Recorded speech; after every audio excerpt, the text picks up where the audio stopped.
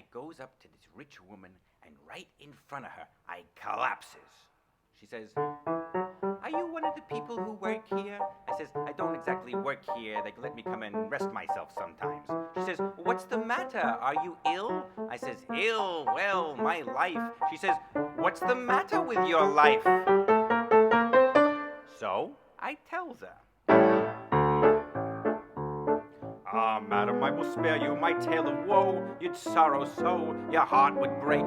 There was my darling mother who cursed and drank. One day she sank down in that lake. The lake by her window, and she in bed by liquor lamed. She must have fell out and fell in. She's dead and still unclaimed. For 10 years we haven't found the body.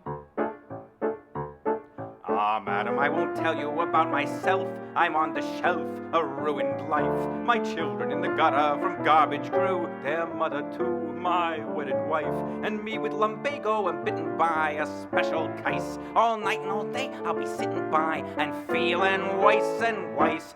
Why? I got a secret passion. This old wreck can still dream, madam, you'd never guess.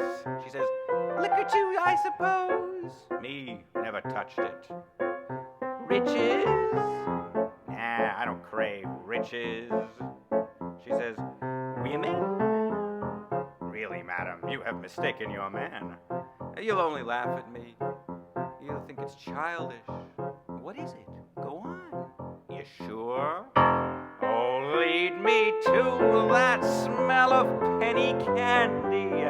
Although I ain't got any penny handy, if you will only say that I may smell a spearmint bell, a nonpareil, a Scotch delight, a taffy bite. No, not a bite, but just a smell. Take me away, I don't feel well. Oh, I go crazy only smelling when I cannot buy a thing today. She says, "What a peculiar passion to have. But me, I'm an artist," I goes right on. I says, "I guess that penny candy has always been my set sin and secret vice. And though it is my shame, I can think of tons of other ones not near so nice. I once had an uncle who was just like me, a queer galoot. He fell off a derrick and broke his knee. They had to shoot. But when they began to chloroform him, he said, 'Take it away, no chloroform.' So they said, 'Well, what do we give him?' So he said, 'Oh, lead me to that smell of penny candy.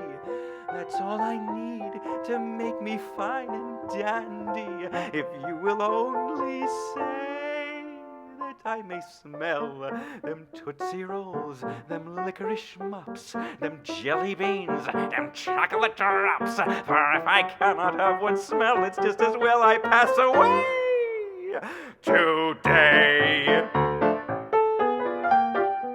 She says, "You mean to say you really dream of penny candy? You know, I think that's touching." Touching. Uh-huh. And now I presses to the advantage. "And, madam, would you guess that my every kid inherited my love for sweets?